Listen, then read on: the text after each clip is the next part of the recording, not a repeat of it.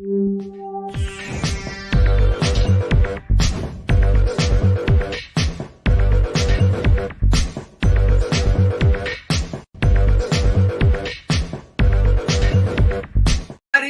to the show. You know where you are, the 9 at 9 with me, Tigo. And today, if you're sitting there right now, you know what's about to happen. We got another fantastic expert. Well, yeah, he's a fantastic expert, but he's also a Dallas fan. We're going to get into that too. We're going to talk with Mike Simmons today. Are you ready to scale your business? Sit right there. We'll be right back.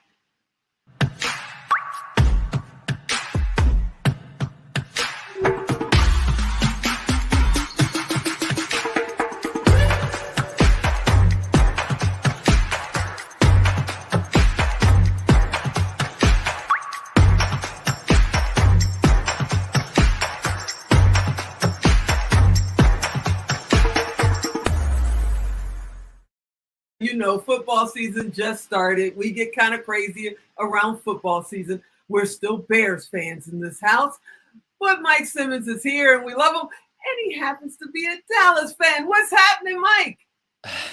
What's going on? Well, you say it's like a bad thing. Come on, the Cowboy, America's team, right? Oh, Lord. Okay, we got to have you come back and we're just going to talk about sports. I'm going to get my brother on and we'll just have a good old time. Bring it. His wife is a Dallas fan, so we'll get her on and just, let's just go. But I'm a Dallas fan living in Detroit, by the way. I'm a Dallas fan living in Detroit. I'm used to being under pressure and under fire. Yeah, see, and I'm a Bears fan living in Vegas. So we kind of a little confused maybe, but not about business. We're not confused about business. No, How long have you been in real estate? How long have you been doing what you do? I got involved in real estate in 2008, which would seem like the worst time in the world because property values were dropping, people were losing money.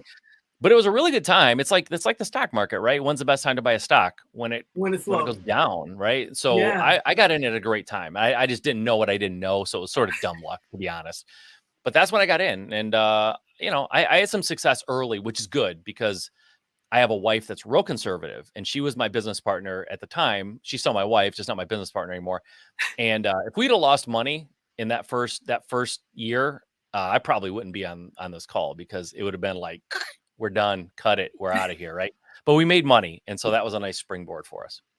Well, that's awesome. Now, how did you decide, real estate is the way I want to go? I know you say that you just had great luck, but you had to have some kind of a plan to even think about doing real estate in 2008.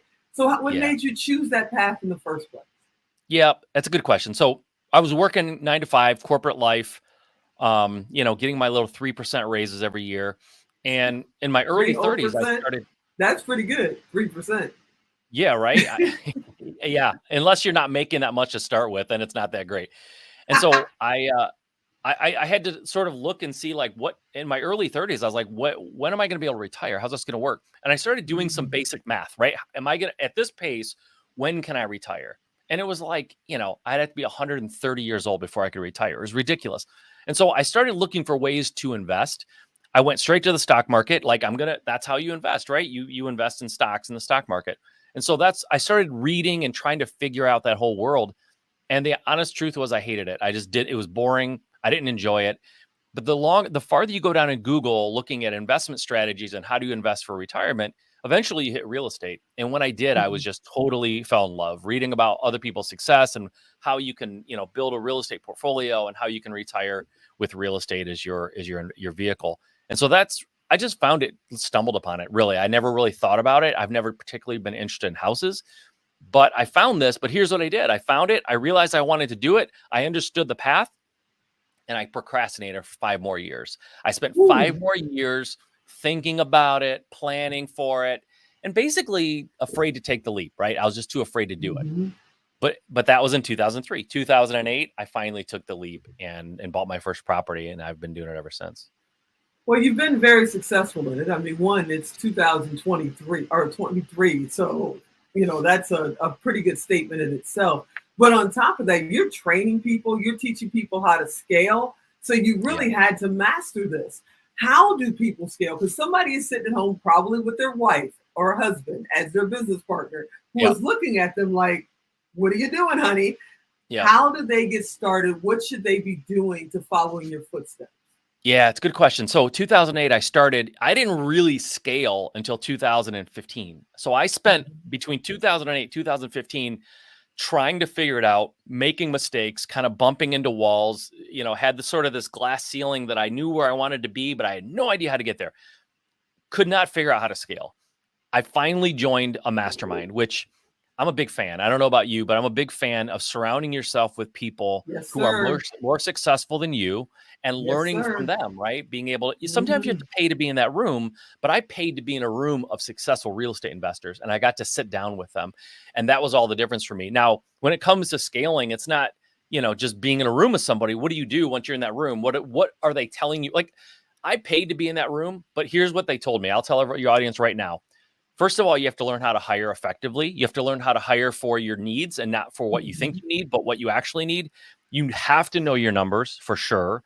And you have to get good at leading people. What got you here will not get you there. In other words, I learned how to identify properties, negotiate with the seller, bring in contractors, and then sell a property. And that's great.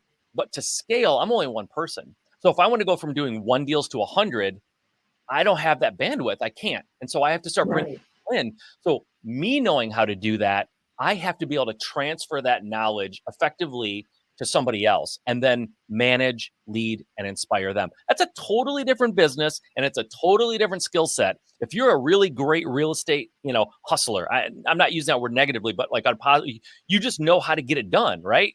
Yeah, it's all about the hustle. Yeah, that will only get you so far because you're a human being. There's only 24 hours in a day. No matter how optimized you are, you hit a limit, right?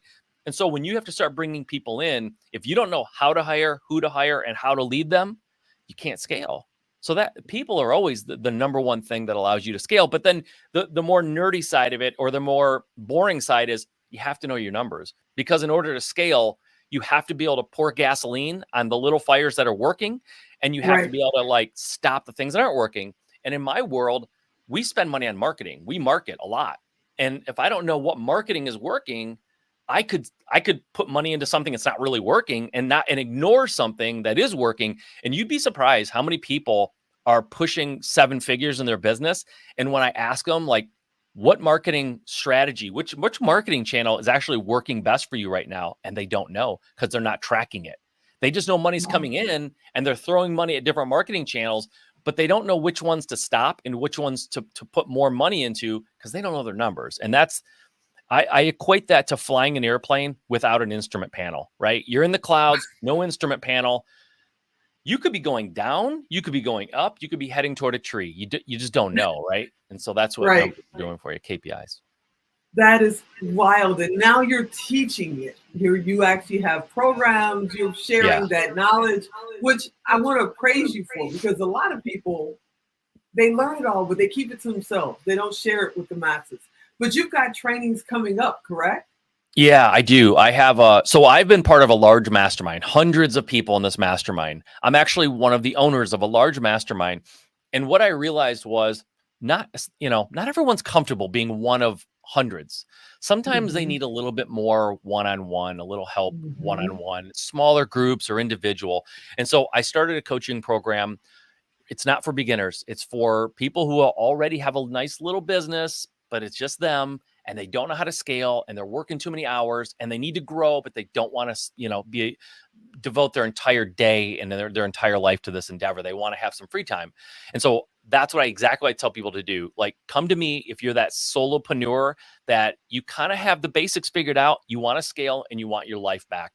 That's what I do. I help people scale, but give them the freedom. So they're not operators, they're owners. They're sitting in the owner's box, right? They're Robert Kraft sitting in the owner's box and hiring Bill Belichick and the team to run that organization. But you're sitting in the owner's box. Or even a better example, you're Jerry Jones, right? Sitting in that owner. No, I'm just kidding. I'm messing with you. Oh, see that we were being nice. I know it. Okay, I see what you just did. All right. How do people find out about your programs? How do they get in touch with you? All that good stuff.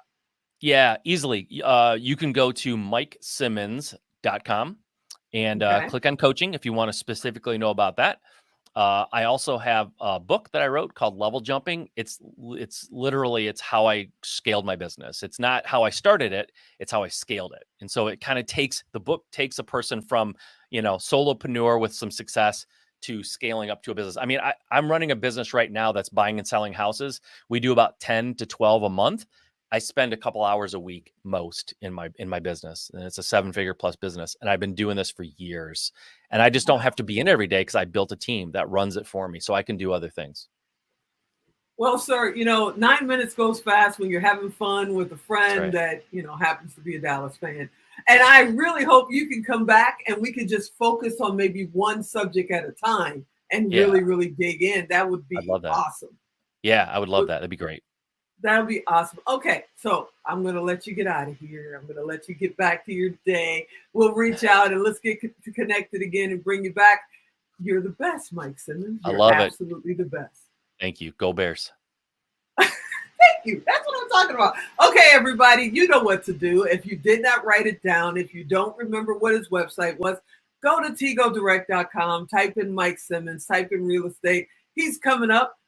It doesn't cost you anything. It doesn't cost him anything. I just want to make sure that we can connect everybody, even if you're driving down the road going, Tigo, I'm driving. I couldn't write it down. Go to tigodirect.com and connect with Mike. We'll get him back on here again. I hope you enjoyed this episode. I want you to come back next time. And as always, I'm Tigo. I'll talk to you next time.